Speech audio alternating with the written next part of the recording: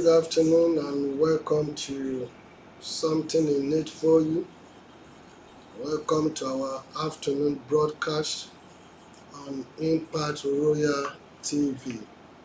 I want to thank God for you and also for bearing with us concerning the disruptions all the time about the broadcast. It is due to internet problem. So if you are online now, can I just ask you to share on your platform and also to invite friends and family to, particularly if you're in a leadership position. Is something that can be of blessing to you and blessing to your family. So I want to talk about handling conflict. I've been going through the issue of conflict in the last few weeks now. Today I want to talk about handling conflict. How do you handle conflict? That is what we want to talk about. How do you handle conflict? Because conflict is inevitable. Whether you like it or not, it will surely happen. And so let's just accept the fact that there will always be conflict. In ways of thinking, in our opinion is going to differ. Our thinking is going to be quite different from everyone. And the way we do things may likely be different as well. Our temperament is another thing that is completely different from others.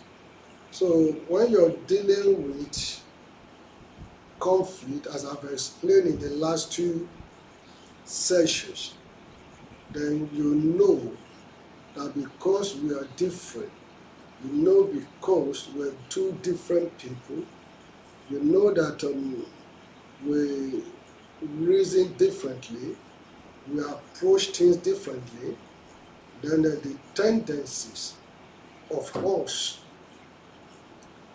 looking at things from different perspectives is high, and the tendency that for us not to agree is extremely high as well. So that's why you see when you're looking at conflict, then you know that it is inevitable. Come. So then you know that conflict is inevitable. So today, I want to encourage us, because I just don't want to identify the issues, the problems, without being able to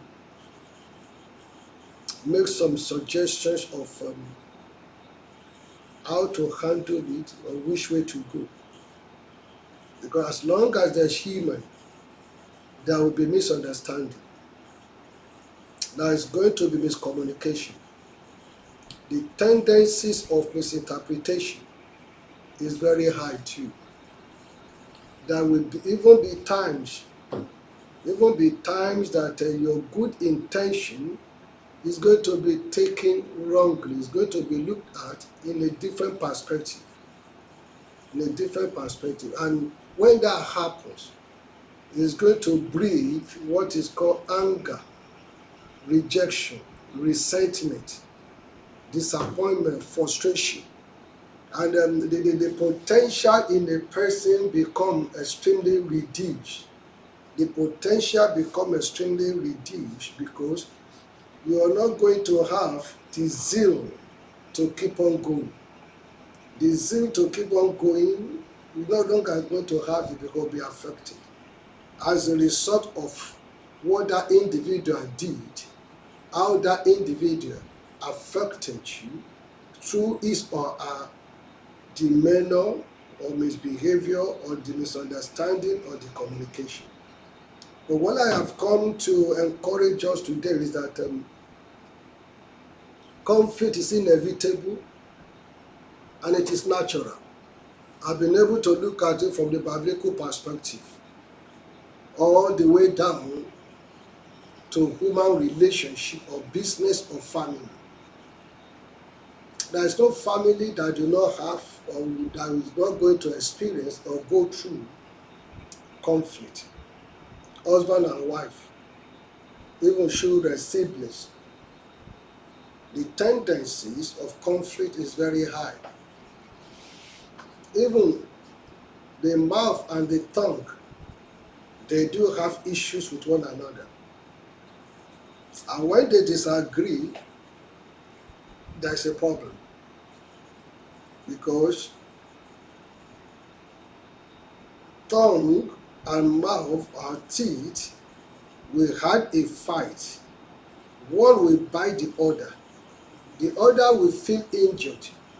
And to respond, eating food or drinking water will now make things difficult for the rest of the body. In other words, every components are useful, are integrated, are meant to be together for the purpose of a healthy life. So while conflict is inevitable, what is unhealthy is when that conflict is unresolved. So if you're going to take note, unresolved conflict is unhealthy. Or the other way around, unhealthy unhealthy conflict or unresolved conflict that is conflict that is not resolved is not healthy. And if it's not healthy, then you break down the segments, you break down the family values, you break down the community, and there will be serious disconnections. And when there's a serious disconnections, then you have to come to a conclusion that there can never be peace, there can never be harmony, there can never be joy.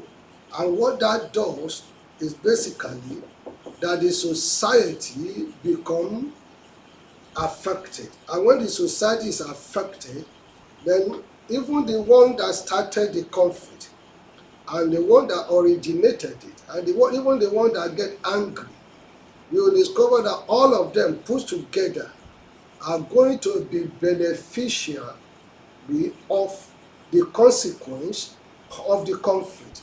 So what I'm technically saying is this, that unresolved conflict is unhealthy. It's unhealthy because it will fester, disunity, war, affliction, disruptions, and it can even degenerate into serious war. Let's take, for example, the Russia and Ukraine and what is going on between them. All led as a result of conflict. The conflict could have been resolved. The conflict could have been attended to.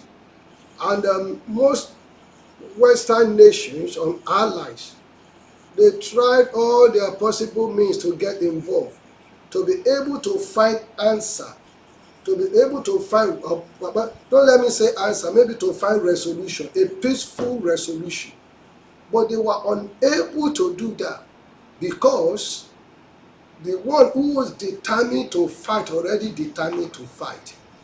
And for that simple reason, the entire universe is technically going through. The entire universe, everyone is affected. There is no one that is not affected, either directly or indirectly. And that is the key issue of conflict, that if it is not properly handled.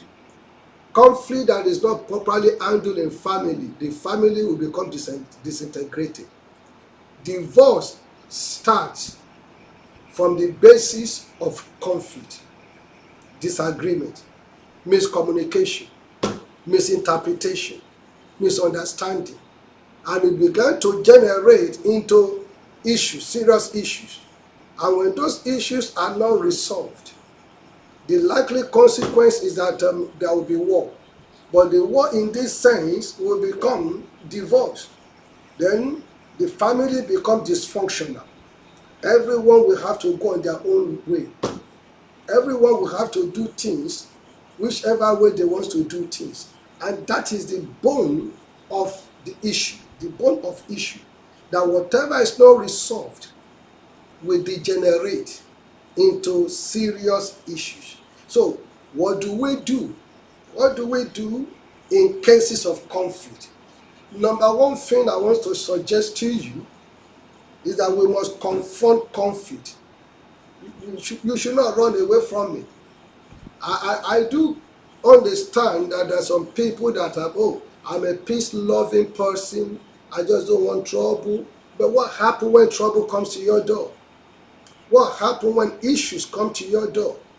What happens when circumstances now come, that the kind of circumstance that you cannot run away from? So one of the things that you have to do is to confront the conflict. Don't run away from it. But let me tell you, in confronting the conflict, it's not to confront it with the same tenacity of forces that is going to make the whole thing become extremely difficult to resolve. Confronting the conflict is also not to be like an ostrich that will just bury its head in the sand thinking that the problem will be over without doing anything about it. Situation that is not resolved will continue to degenerate. Disagreement that is not resolved will lead into bigger disaster. And when it starts, it's not just going to be between the two people that started it. It may extend far beyond the two of them, even the family, even the community, and the nations as well. So we must learn to handle conflicts and resolve them. We must learn to handle conflict and find a way to resolve them. If you look at it from the, you say, I have said to you there are three segments that rule the world: the political setting, the economic setting, and the religious settings. Each one of them have procedural issues or method of resolving conflict. Now, in political setting, if you cannot resolve it through the constitution or the regulation of that political organization, you can take the matters to the court to resolve it. And I'm pretty sure that most political parties, organizations, they have constitutional means of resolving issues. But when the power that be can no longer resolve things amongst them, the next thing they do is to take the matter, to the legal setting. The same thing happens with the economic setting. When I say economic setting, I mean the business world. Most companies have human resource department, and they have procedural issues. When there are issues between the staffs, the management, and the directors, and you discover that the procedures are there for them to follow. But if in a way that they are unable to resolve those differences, there is the tribunal.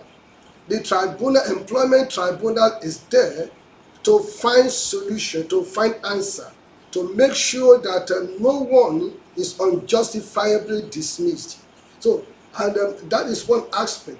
When we come back to the church setting, to the religious setting, the Bible laid down procedures of how to resolve issues amongst brethren. And let me tell you this clearly. I've heard many people saying that I'm a peace, I love peace, I love peace. But the Bible does not say you should be a peace lover. It says you should be a peacemaker. There's a clear difference between being a peacemaker and a peace lover. What you are mandated to do is to make peace, is to be a peacemaker, not to be a peace lover.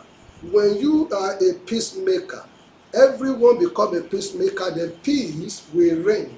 Peace will reign in the community, it will reign in the society, it will reign amongst friends, it will reign even the enemies too. There will be no reason for them to be enemy, because there is what is called peace. There is what is called peace. Please, can you just hold on for a second?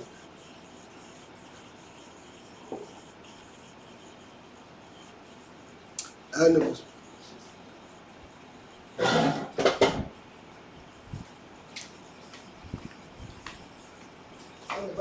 I'm busy, and you saw that I'm busy, and you keep on banging and banging. You can talk to me on phone.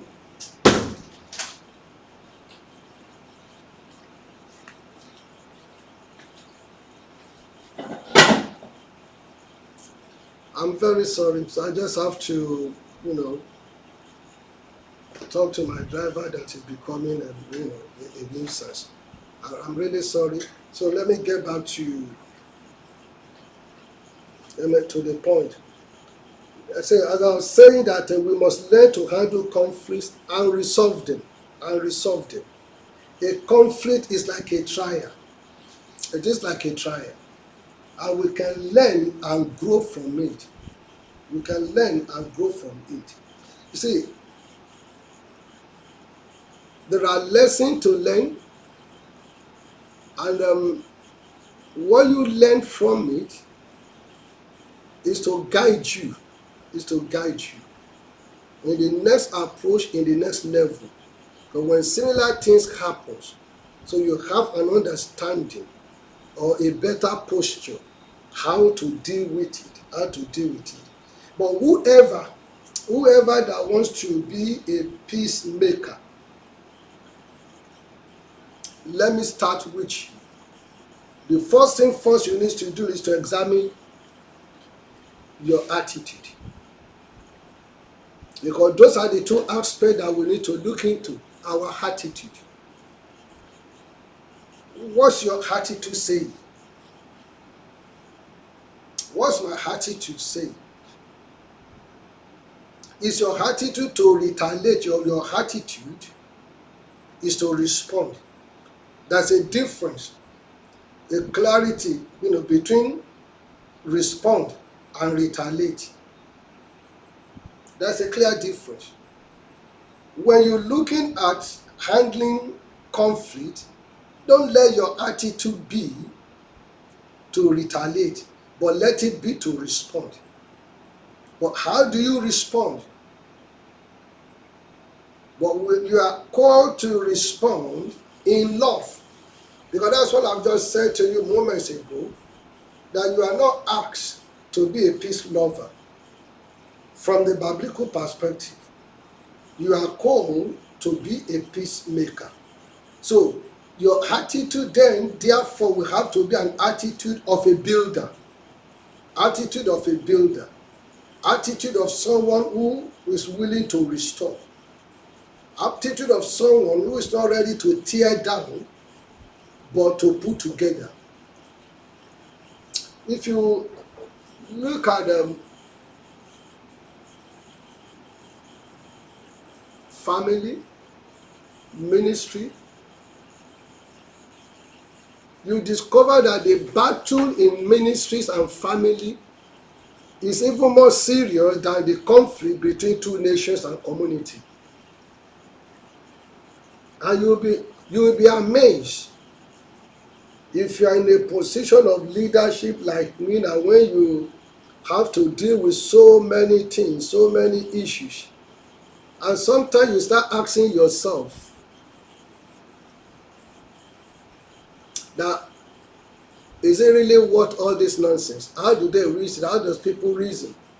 You see some people, they will make an issue, an argument of things that lacks merit, that lacks, credibility. But because we understood the fact that conflict is inevitable, what you think is not relevant may be relevant to others. What you think that did not make sense, or perhaps it doesn't make sense to you, doesn't mean it's not going to make sense to others. So, if you're in leadership position, one of the quality of a leader is the ability to resolve conflict. Ability to resolve conflict. Leadership position is to resolve conflict, in whatever form or shape, whatever method that it requires.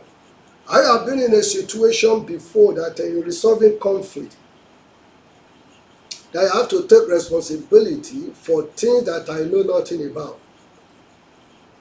Because I felt that is the best way to resolve these fundamental differences between these two gentlemen.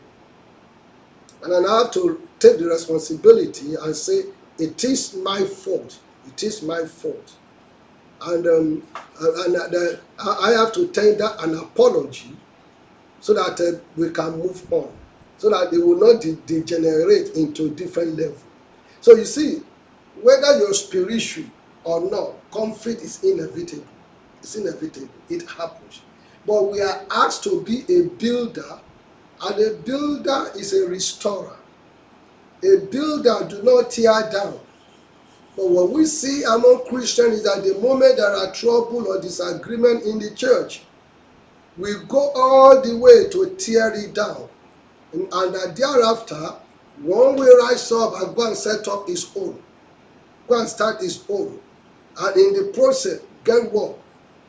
It's just a matter of time, the law of karma. The way you have destroyed others, it will surely happen to you. It's just a matter of time. God Galatians said, what a man sow, it will surely reap. So the scripture is encouraging us to be a builder, a restorer, but not someone that we tear down. So our attitude is to respond with love, but not to retaliate. When we react, our reaction is to be with love, but not with retaliation. So, in looking at or in handling conflict, I want you to look at these 6 words: resolve, respond, and restore. These 3 words are positive words: resolve, respond, and restore. But if you look at the other 3 that I want to mention, retaliate, react, and ruin, they are on the side of destruction. And when you retaliate, when you react, when you ruin, total destruction will become inevitable. And resolving the differences can become a difficult task. So, and always remember that you are not an island. You cannot be isolated. You have to get to the fact right that you are to be part of a community. And if you are part of the community, misunderstanding is inevitable, miscommunication is inevitable. And once you realize that we're 2 different individuals, with our reasoning, with our view, with our intellectual approach, with our background, we're brought up in different ways, and even in gender approach too, our gender are completely different. You are a man, I'm a man, the other one is a woman. So our way of reasoning can be different. It can be affected by our gene, by our upbringing, by our background, by our education. So I just want you to understand that as long as you are in the community of people, you relating with people, conflict is inevitable. Even with your own children, you are bound to reason differently because of the generation gap. Because of the generation gap. So you are about to reason differently, you are about to see things differently, and you are about to respond to things differently. But in our attitude, I say you need to look at these 6 words. 3 on the positive side, the other 3 on the negative side. The positive side is resolve, respond, and restore. Resolve, respond, and resolve.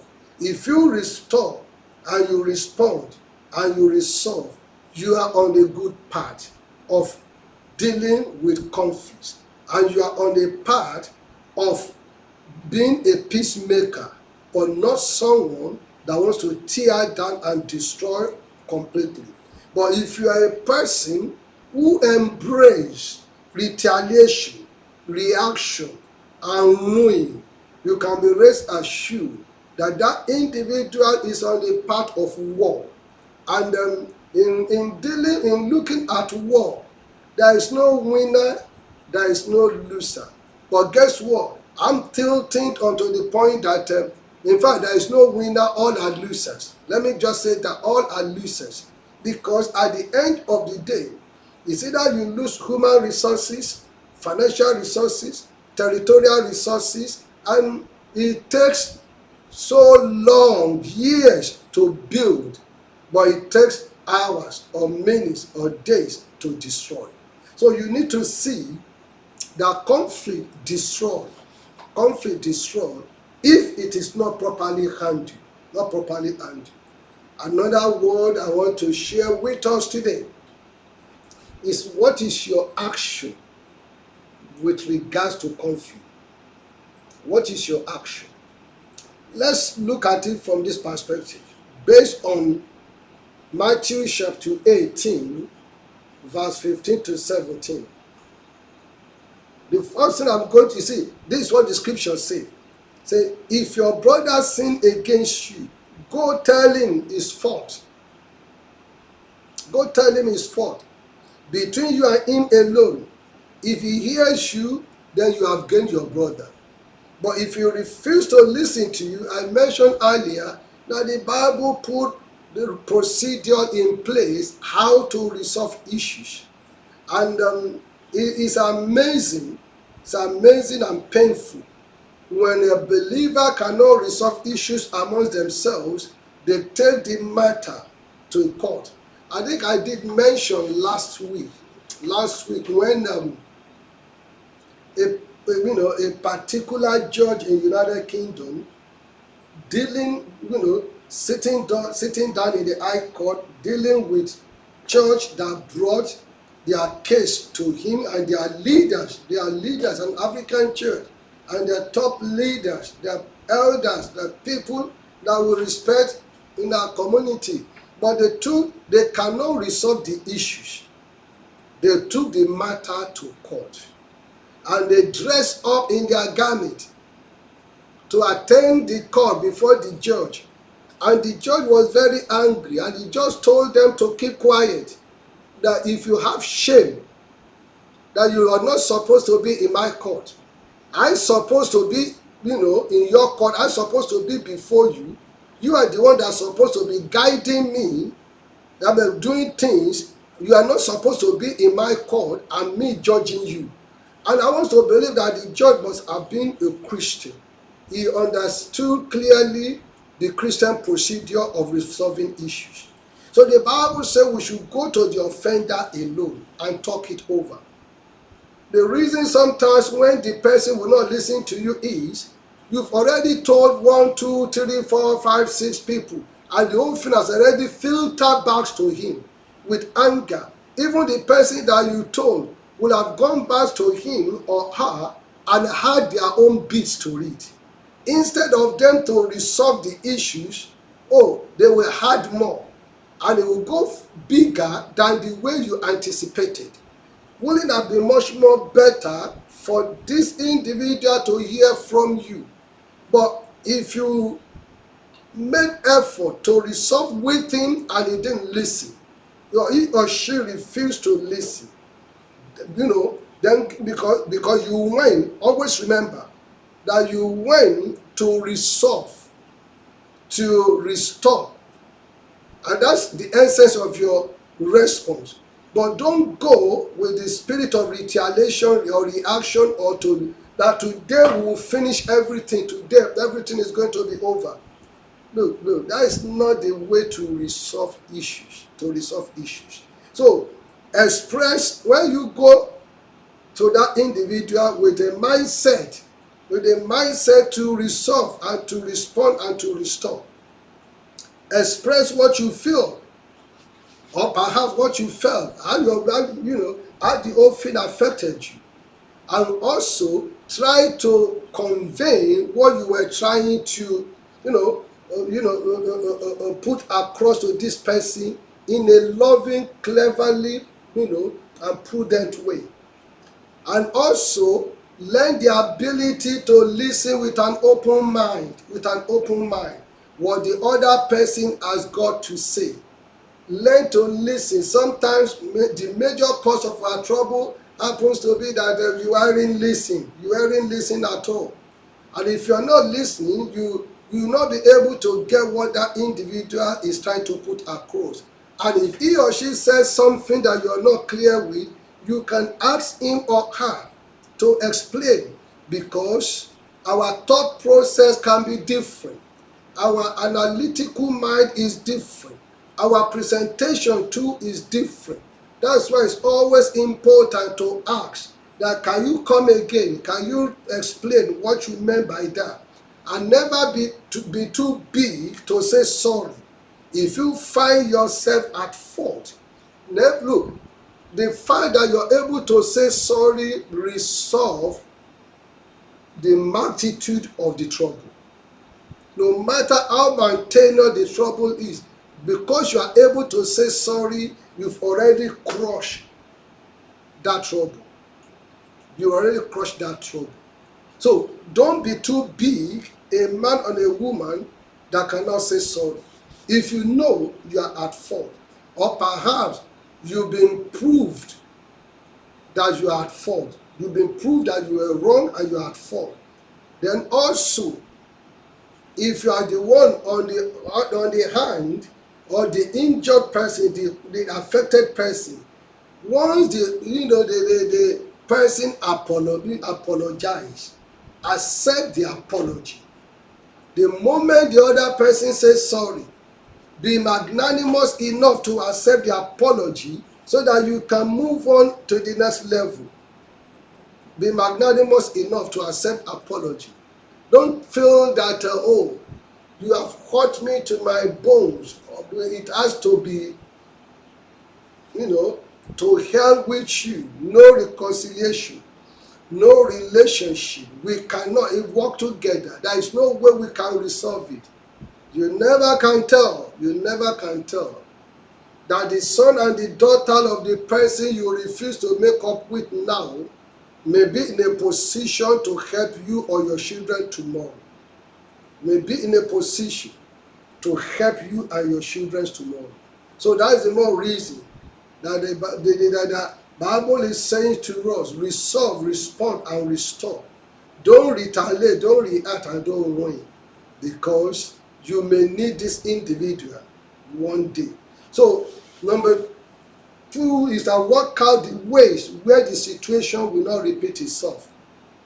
You need to work out the ways, the method, that similar things will not happen again. The essence of you talking is to identify the issue, the problem, get over it, and also work out the modality how such things will not repeat itself again. So if you are a believer, supposing you belong to the same denomination or the Christian faith, then one of the things that you must do in resolving conflict or in handling conflict, pray together. Because what you have done with that is you put the enemy to shame. When you pray together, when you commit all that happens unto God's hands, and you pray for the Spirit of the living God to take over, to lead and to guide you. And you can be rest assured, beloved, that you will be able to live in peace and harmony with one another. So, if for any reason at all, you made an effort to see the person alone and you're unable to resolve it, the Bible says you should take one or two neutral, mature person with you. Hear me now. Neutral, mature person with you. Neutral, mature person with you. And that's what the Bible says you should do.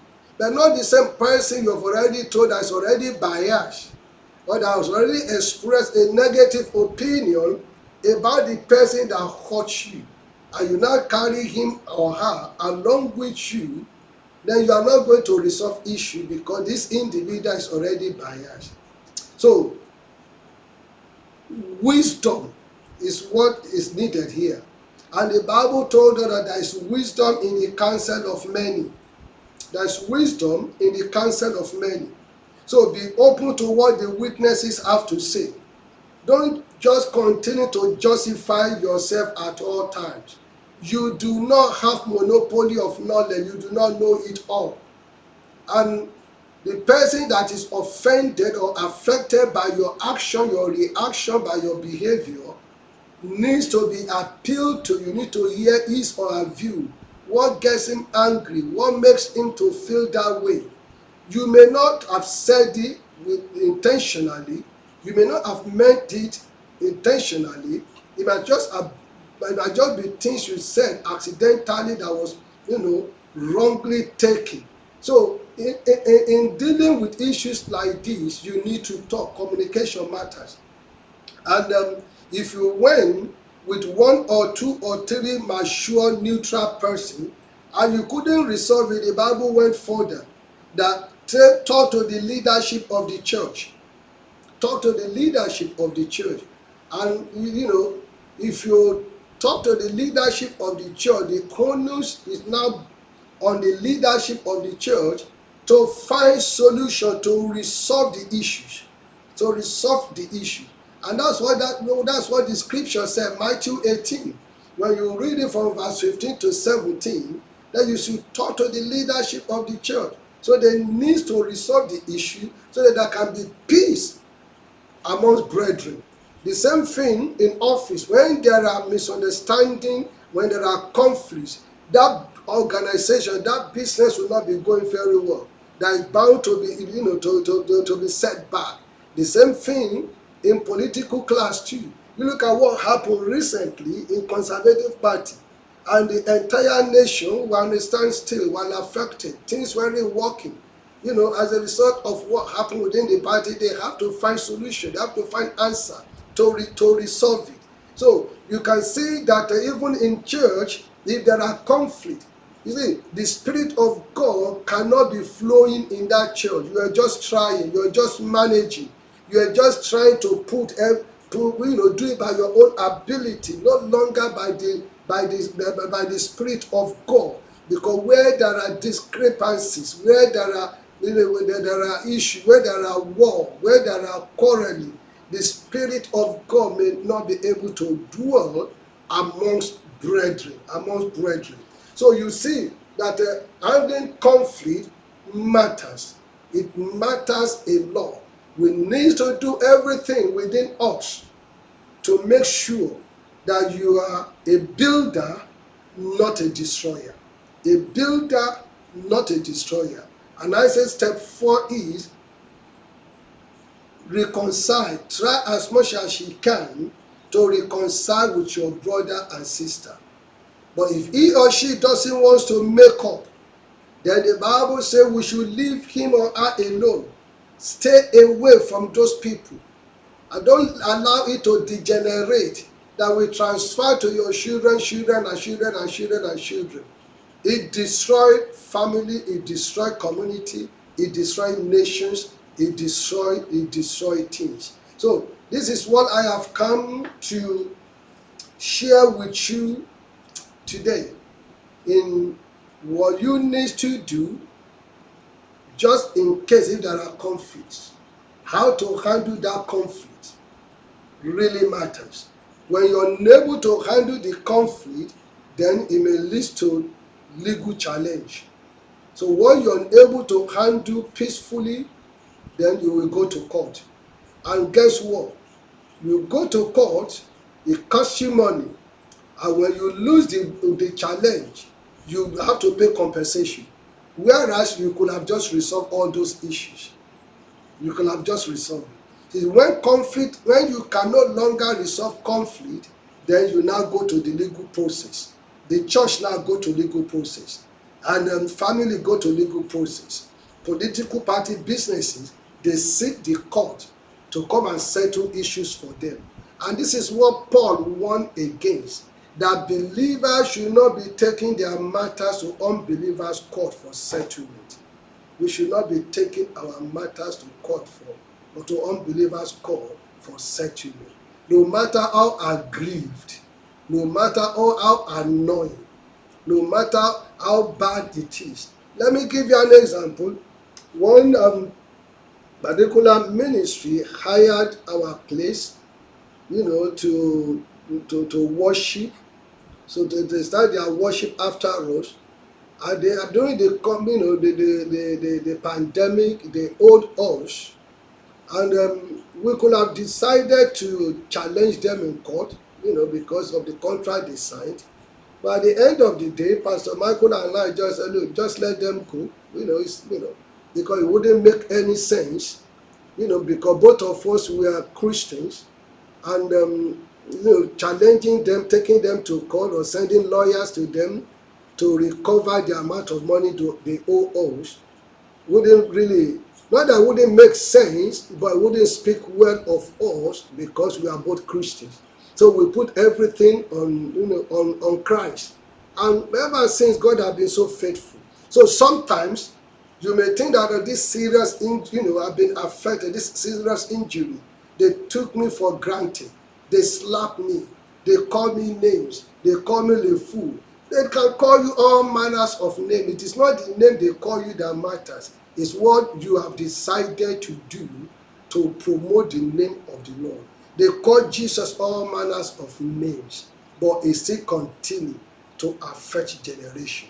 So let me say one more time, 6 words that really matters in dealing with conflict, in handling conflict: resolved, respond, restore, retaliate, react, and ruin.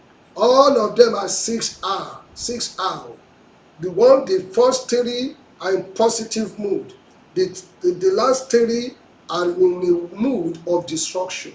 Which one do you want to embrace? Well, let me be clear with you today that the conflict that you refuse to resolve can be transferred to your generation unborn. And the Bible said a good man leave inheritance for their children's children. Don't leave war. Don't leave pain. Don't leave trouble. Do not leave tribulation. Do not leave battle for your children to fight after you, when you could have resolved those issues amongst people, particularly amongst brethren. There is nothing whatsoever in the church that cannot be resolved if only we allow the Spirit of God to work in us, work with us, and work by us. And you discover that what you are attaching so much importance to can easily be resolved. And there can be peace and harmony amongst brethren. That's why they call Jesus the Prince of Peace. And the scripture, Isaiah 9:6 said, the kingdom of this world is upon his shoulder. He is a Prince of Peace. Be an ambassador of peace at your place of work, amongst your neighbor, at your place of worship. Peace matters. May the Lord bless you. May the Lord keep you. May the Lord make his face to shine upon you. Thank you for bearing with me and for your understanding regarding the internet problem. So thank you, Pastor Michael, for your encouragement. Thank you, Thank you, Dr. Pat. Thank you, Sade. I appreciate you. Pastor Folabi, you are blessed. Oh, my sweet Mercy Dennis, it shall be well with you. Thank you for your support at all times. So let me encourage you to share on your wall. It's something that family can learn from, leadership can learn from, community, everyone can learn from. That be a builder, not a destroyer. May the Lord bless you and keep you. May the Lord make his face to shine upon you. Let me invite you tonight to our 7 p.m. prayer session, intercession with God at Christ Royal Church on Church. And it's going to be powerfully led by Evangelist Akinkunmi Akinleye. You will be blessed. Trust me, you will be blessed. And prayer works. Prayer works. We are in a perilous time.